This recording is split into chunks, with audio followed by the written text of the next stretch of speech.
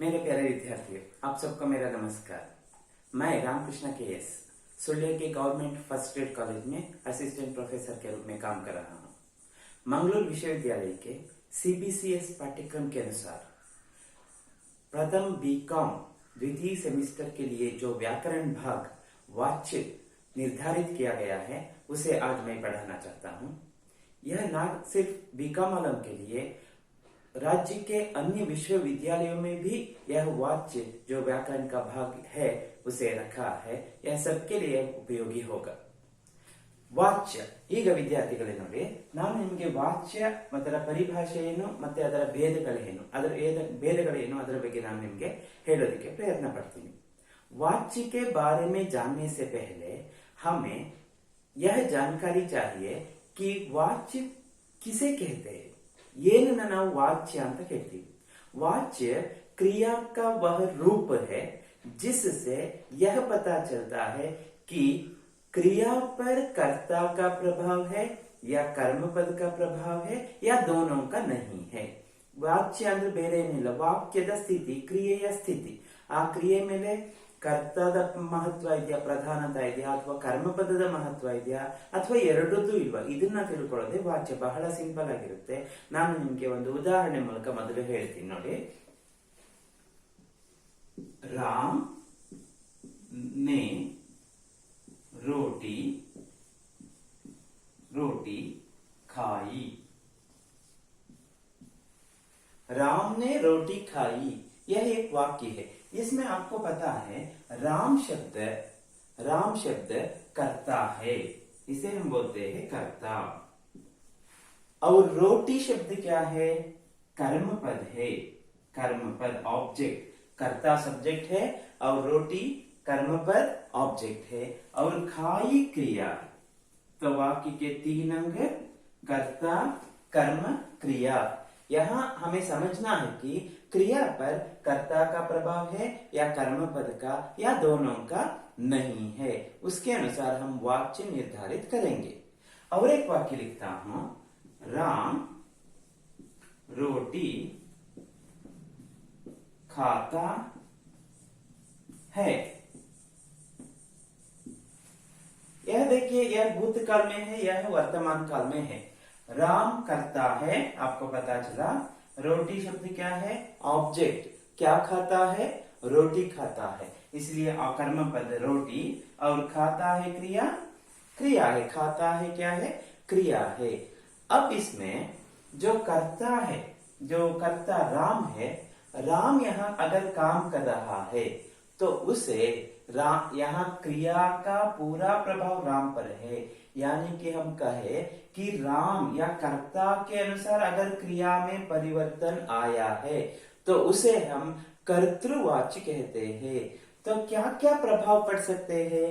जैसे कर्ता के लिंग के अनुसार क्रिया बदल सकती है। कर्ता के लिंग जेंडर के अनुसार, हिंदी में सिर्फ 2 ही लिंग है, एक पुल्लिंग और एक स्त्रीलिंग।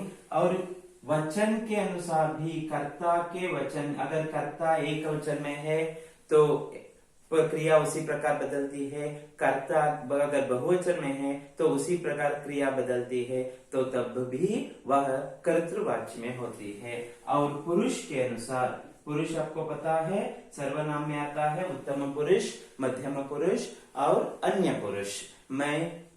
हम उत्तम पुरुष है, तू तुम आप मध्यम पुरुष है, यह वह ये वे आदि अन्य पुरुष में आते हैं।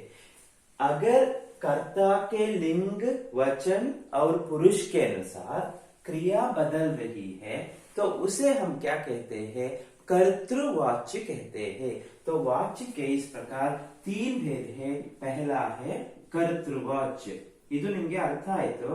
कर्तृवाच्य ಅಂದ್ರೇನು? ಕರ್ತ ಯಾರಿರ್ತಾನಲ್ಲ ಅಂದ್ರೆ ಕೆಲಸ ಮಾಡುವವನು, ಕರ್ತ ಅಂದ್ರೆ ಕೆಲಸ ಮಾಡುವವನು, ಕರ್ತೃ। ಈ ಕರ್ತೃವಿನ ಪ್ರಭಾವದಿಂದ ಕ್ರಿಯೆ ಬದಲಾಗ್ತಾ ಇದ್ರೆ ಅಂದ್ರೆ ಯಾವ ಯಾವ ಪ್ರಭಾವ ಬೀಳ್ಬಹುದು? ಒಂದು ಲಿಂಗ ಇರ್ಬೋದು, ಅಂದ್ರೆ ಕರ್ತೃ ಪುಲ್ಲಿಂಗ ಇದ್ರೆ ಕ್ರಿಯೆನು ಪುಲ್ಲಿಂಗದಲ್ಲಿ ಇರಬೇಕು। ಕರ್ತೃ ಅಗರ್ ಸ್ತ್ರೀಲಿಂಗ ಇದ್ರೆ ಸ್ತ್ರೀಲಿಂಗಲ್ಲಿ ಇರುತ್ತೆ। ವಚನ ಏಕವಚನ ಬಹುವಚನ, ಅದು ಕರ್ತೃ ಏಕವಚನ ಇದ್ರೆ ಇಲ್ಲಿ ಕ್ರಿಯೆನು ಏಕವಚನ ಇರಬೇಕು। ಪುರುಷ ಅದು ಉತ್ತಮ ಪುರುಷದಲ್ಲಿಯಾ, ಮಧ್ಯಮ ಪುರುಷದಲ್ಲಿದೆಯಾ ಅಥವಾ ಅನ್ಯ ಪುರುಷದಲ್ಲಿದೆಯಾ, ಈ ಎಲ್ಲದನ್ನು ನಾವು ನೋಡಿ ಏನ್ ಮಾಡ್ಬೇಕಾಗಿದೆ, कर्ता का प्रभाव क्रिया पर है तो वह कर्तृवाच्य कहलाता है। अगर वाक्य में कर्ता का प्रभाव ना रहकर कर्म का प्रभाव हो तब उसे हम कर्मवाच्य कहते हैं। अंग्रेजी में वाच्य के दो प्रकार है, दो भेद। कर्मवाच्य, अंग्रेजी में कर्तृवाच्य के लिए एक्टिव वॉइस कहते हैं, कर्मवाच्य के लिए पैसिव वॉइस कहते हैं। यहाँ रामा किल्ड रावणा, यह एक्टिव वॉइस में आता है। रावणा वाज किल्ड बाय रामा, यह कर्मवाच्य में आता है। तो कर्मवाच्य में आपको सिर्फ यह याद रखना है कि क्रिया पर कर्म का प्रभाव पड़ता है। ಕ್ರಿಯೆ ಮೇಲೆ ಇಲ್ಲಿ ಕರ್ತ ಏನಿದೆ ಅದನ್ನ ನೋಡಿ ಕ್ರಿಯೆ ಬದಲಾಗೋದಿಲ್ಲ, ಕರ್ಮ ಪದವನ್ನ ನೋಡಿ ಕ್ರಿಯೆ ಬದಲಾಗುತ್ತೆ।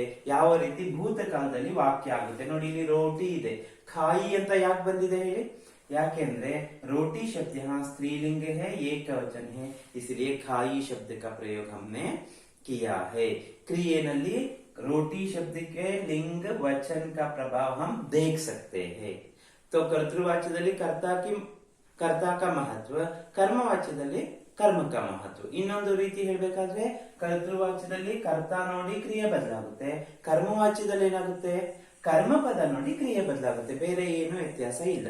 ಹಾಗಾದ್ರೆ ಇನ್ನೊಂದು ಭೇದ ಯಾವುದು, दूसरा भेद कौन सा है, वही भाववाच्य। भाववाच्य ನೋಡಿ, भाववाच्य ಅಂದ್ರೆ इस वाक्य में ना कर्ता की महानता है या प्रधानता है, ना कर्म पद की। यहाँ कर्ता को भी देखते नहीं क्योंकि क्रिया पर इसका प्रभाव नहीं पड़ता।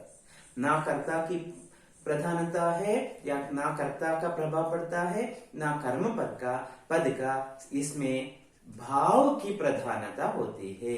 कर्मवाच्य में कर्म की प्रधानता, कर्तृवाच्य में कर्तृ की प्रधानता, और भाववाच्य में ना कर्ता की ना कर्म की, सिर्फ भाव की प्रधानता हो तो उसे हम भाववाच्य कहते हैं। तो भाववाच्य में कर्ता की प्रधानता नहीं, कर्म की भी नहीं, सिर्फ भाव की प्रधानता होती है। तब लिंग वचन और पुरुष कैसे होते हैं, क्योंकि देखने के लिए हम कर्ता को देख नहीं सकते, कर्म पद उसे भी देख नहीं सकते, तो लिंग कैसे बदलता है, वचन कैसे होता है और पुरुष कैसे, ಯಾವ ರೀತಿ ಹಾಗಾದ್ರೆ ಲಿಂಗ ವಚನ ಮತ್ತೆ ಪುರುಷನ ಡಿಸೈಡ್ ಮಾಡೋದು, ಅದಕ್ಕೋಸ್ಕರವಾಗಿ ಎಲ್ಲಾ ವಾಕ್ಯದಲ್ಲೂ ಕಾಮನ್ ಆಗಿ ನಾವು ಏನ್ ಮಾಡ್ಬೇಕು, पुल्लिंग ಏಕವಚನ और अन्य पुरुष में रखते हैं। ಭಾವವಾಚ್ಯದಲ್ಲಿ ಇದನ್ನ ನೆನಪಿಟ್ಕೊಳ್ಳಿ, ಯಾವುದೇ ವಾಕ್ಯಗಳು ಬರಲಿ, अंत पुल्लिंग एकवचन और अन्य पुरुष से होता है। ಈಗ ಒಂದು एग्जांपल ನೋಡೋಣ। राम रोटी खाता है। ಈಗ वाच्य के 3 भेद है, कर्तृवाच्य, कर्मवाच्य, भाववाच्य। वाच्य का मतलब है क्रिया पर किसकी प्रधानता है या किसका प्रभाव। अगर उस वाक्य में कर्ता की प्रधानता है तो कर्तृवाच्य, कर्म की प्रधानता है तो कर्मवाच्य, अगर दोनों की नहीं है तो उसे भाववाच्य कहते हैं। ನಿಮಗೆ ಪರಿಭಾಷೆ ಗೊತ್ತಾಗಿದೆ, ಅದರ ಭೇದಗಳು ಅಂದ್ರೆ ಪ್ರಕಾರಗಳು ಗೊತ್ತಾಗಿದೆ। ಯಾವ್ದಿದೆ, ಕರ್ತೃವಾಚ್ಯ ಒಂದಿದೆ, ಆಕ್ಟಿವ್ ವಾಯ್ಸ್ ಅಂತ ಹೇಳ್ತೀವಲ್ಲ ಅದು, ಮತ್ತೆ ಕರ್ಮವಾಚ್ಯ ಇದೆ, ಎರಡನೇದು ಪ್ಯಾಸಿವ್ ವಾಯ್ಸ್, ಅದು ಮೂರನೇದು ಇದು ಇಂಗ್ಲಿಷ್ ಅಲ್ಲಿ ಇಲ್ಲ, ನಾವು ಹಿಂದಿನಲ್ಲಿ ಇರೋದು ಭಾವವಾಚ್ಯ, ಭಾವವಾಚ್ಯ, ಈ ರೀತಿ 3 ವಾಚ್ಯಗಳು ಗೊತ್ತಾಗಿದೆ। ಈಗ ಹೇಗೆ ಬದಲಾಯಿಸೋದು, कर्तृवाच्य से कर्मवाच्य में या कर्तृवाच्य से भाववाच्य में वाक्यों को कैसे बदलते हैं, बदलने के नियम क्या क्या है देखेंगे एक उदाहरण के साथ। राम रोटी खाता है, यहाँ राम शब्द करता है, तो यहाँ खाता है क्रिया है, इसीलिए क्योंकि राम शब्द पुल्लिंग में है। अब देखिए वाच्य बदलते समय आपको क्या करना है, राम शब्द के साथ से या के द्वारा जोड़ना है। ರಾಮ್ ಸೆ ಅಂದ್ರೆ ರಾಮನಿಂದ ಅನ್ನೋ ಅರ್ಥ ಬರುತ್ತೆ, ಬೈ ರಾಮ ಅಂತ ಹೇಳ್ತೀವಲ್ಲ ಹಾಗೆ ರಾಮನಿಂದ। ರಾಮ್ ಸೆ ಕರ್ಮಪದ್ ಜೈಸಾ ಹೈ ವೈಸಾ ಲಿಖಿಯೇ, ರೋಟಿ, ಇಲ್ಲಿ ಯಾವುದು ಆರ್ಡರ್ ಚೇಂಜ್ ಆಗ್ತಾ ಇಲ್ಲ ನೋಡಿ, ಇಂಗ್ಲಿಷ್ ಅಲ್ಲಿ ಏನಾಗುತ್ತೆ, ಆಬ್ಜೆಕ್ಟ್ ಮತ್ತೆ ಸಬ್ಜೆಕ್ಟ್ ಇಂಟರ್ಚೇಂಜ್ ಚೇಂಜ್ ಆಗ್ತಾ ಹೋಗುತ್ತೆ, ಅದು ಇಲ್ಲಿ ಆ ರೀತಿ ವರ್ಬ್ ಚೇಂಜ್ ಆಗುತ್ತೆ, ಅದು ಇಲ್ಲಿ ಚೇಂಜ್ ಆಗೋದಿಲ್ಲ, ಎಲ್ಲ ಅದರ कर्ता के स्थान पर, कर्म के स्थान पर, क्रिया के स्थान पर ही रहती है। राम से रोटी ನೋಡಿ, ರಾಮ್ ಮತ್ತೆ ರೋಟಿ ಕರ್ತೃ ಮತ್ತೆ ಕರ್ಮಪದಕ್ಕೆ ಮಧ್ಯದಲ್ಲಿ ನಾವು ಸೇ ಹಾಕಿದೀವಿ. ರಾಮ್ ಸೇ ರೋಟಿ, ಇದರಲ್ಲಿ ರೂಟ್ ವರ್ಬ್ ಅಂತ ಹೇಳ್ತೀವಲ್ಲ, ಯಾವುದು ಖಾ, ಅದನ್ನ ನಾವು ತಗೋಬೇಕು. ಖಾ ಶಬ್ದ ಇದು ರೂಟ್ ವರ್ಬ್ ಅಂದ್ರೆ ಮೂಲ ಧಾತು ಅಂತ ಹೇಳ್ತೀವಿ. ಇದರಲ್ಲಿ ನಮ್ಗೆ ಯಾವ ಕಾಲ ಗೊತ್ತಾಗ್ತಾ ಇಲ್ಲ, ಸಿರ್ಫ್ ಕ್ರಿಯಾ, सिर्फ क्रिया है. रोटी अब कर्मवाच्य में परिवर्तित करते समय क्या है नियम? क्रिया कर्म पद के अनुसार बदलती है. कर्म के लिंग, वचन और पुरुष ನೆನ್ಪಿಟ್ಕೋಬೇಕು ಈ ಮೂರು. कर्म के लिंग, कर्म के वचन और कर्म के पुरुष के अनुसार ಕ್ರಿಯಾ ಬದಲ್ತಿ है. ಹಾಗಾದ್ರೆ ಇದನ್ನ ಭೂತಕಾಲಕ್ಕೆ ಮಾಡ್ಬೇಕು. ಫಸ್ಟ್ ಸಾಮಾನ್ಯ ಭೂತಕಾಲ ಅಂತ ಹೇಳ್ತೀವಿ. ಸಿಂಪಲ್ ಪಾಸ್ಟ್ ಟೆನ್ಸ್ ಗೆ ಖಾ ಇದ್ರೆ ಅದನ್ನ ನಾವು ಖಾಯಾ ಮಾಡ್ಬೇಕು. ಖಾಯ ಯಾವಾಗ ಮಾಡ್ತೀವಿ? ಪುಲ್ಲಿಂಗದಲ್ಲಿ ಕರ್ಮಪದ ಇದ್ರೆ, ಇಲ್ಲಿ ಸ್ತ್ರೀಲಿಂಗದಲ್ಲಿರೋದ್ರಿಂದ ಖಾಯಿ. ನೋಡಿ, ಪಡ್ ಪಢ, ಲಿಖ್ ಲಿಖ, ದೇಖ್ ದೇಖ ಅದೆಲ್ಲ ಭೂತಕಾಲದ ರೂಪ ಆಗ್ತಾ ಇದೆ. ಮೈನೆ ದೇಖ, ಉಸ್ನೆ ಕಹ ಅದೆಲ್ಲ. ಹಾಗೆ ಖಾ ಖಾಯ, ಸೋ ಸೋಯ ಇದೆಲ್ಲ ಭೂತಕಾಲಕ್ಕೆ ರೂಪ है ಕ್ರಿಯಾಗೆ. ರೋಟಿ ಖಾಯಿ, ನೋಡಿ ಖಾಯಿ ಬಂತು, ಯಾಕೆ? रोटी शब्द यहाँ स्त्रीलिंग है और एक वचन है, और वचन और पुरुष कौन सा? अन्य पुरुष में रखना है. इसीलिए यहाँ और एक सहायक क्रिया की आवश्यकता है. ಒಂದು ಹೆಲ್ಪಿಂಗ್ ವರ್ಬ್ ಖಾಯಿ ಜಾ ಅಂತ ನಾವು ಒಂದು ಸಹಾಯಕ ಹೆಲ್ಪಿಂಗ್ ವರ್ಬ್ ತಗೋಬೇಕಾಗುತ್ತೆ. ಪ್ರತಿಯೊಂದರಲ್ಲೂ ಎರಡು ಕರ್ಮಪದದಲ್ಲಿ ಎರಡು ಕ್ರಿಯೆಗಳು ಬಂದೇ ಬರಬೇಕು. ಖಾಯಿ ಏಕ್ ಕ್ರಿಯಾ, ಜಾ ಏಕ್ ಸಹಾಯಕ ಕ್ರಿಯಾ ಕೆ ರೂಪ ಮೇ. ಮತ್ತೆ ಏನು ಇಲ್ಲಿ ಬಿಟ್ಟಿದೀವಲ್ಲ, ಯಾಕೆ ಇದು ತಾ ಹೈ ಇದನ್ನು ಇಲ್ಲಿ ನಾವು ತೀ ಹೈ ಮಾಡ್ಬೇಕಾಗುತ್ತೆ. ಯಾಕೆ ती है ಬೇಕು? क्यों ती है हो जाती है? क्योंकि कर्म पर रोटी है, स्त्रीलिंग एक वचन, इसलिए खाई जाती है. राम से रोटी खाई जाती है ಮಾಡಿದ್ರೆ ಇದು ಕರ್ತೃವಾಚ್ಯ से कर्मवाच्य में यह बदल गया. ಕೆಲವರು ಖಾಯಿ ಗೈ ಮಾಡ್ಬಿಡ್ತಾರೆ. ಖಾಯಿ ಗೈ ಮಾಡೋ ಹಾಗಿಲ್ಲ. ಯಾಕೆ? ಖಾತಾ ಹೇ ವರ್ತಮಾನ ಕಾಲ ಅಂದ್ರೆ ಇದು ಕರ್ಮಪದಕ್ಕೆ ಬಂದಾಗ ಕಾಲವನ್ನು ಬದಲಾಯಿಸಬಾರದು. ಕಾಲ್ ಬದಲನೆ का अधिकार हमें नहीं है. ಈಗ ಇದನ್ನ ಬದಲಾಯಿಸೋದು ಬಹಳ ಸುಲಭ. ನೋಡಿ, ರಾಮ್ ನೆ ರಾಮ್ ಸೆ, ರಾಮ್ ನೆ ರಾಮ್ ಸೆ ರೋಟಿ ಖಾಯಿ ಭೂತಕಾಲದಲ್ಲಿ ಮಾಡ್ಬೇಕು ಅಂತ ಹೇಳಿದೆ. ಇದು ವಾಕ್ಯನೇ ಭೂತಕಾಲದಲ್ಲಿ ಇದ್ರೆ ಕ್ರಿಯೆ ಭೂತಕಾಲದಲ್ಲೇ ಇರುತ್ತಲ್ಲ. ಖಾಯಿ ಮಾಡ್ಮೇಲೆ ಜಾ ಅನ್ನೋದೊಂದು ಕ್ರಿಯೆ ಹಾಕ್ಬೇಕಲ್ಲ.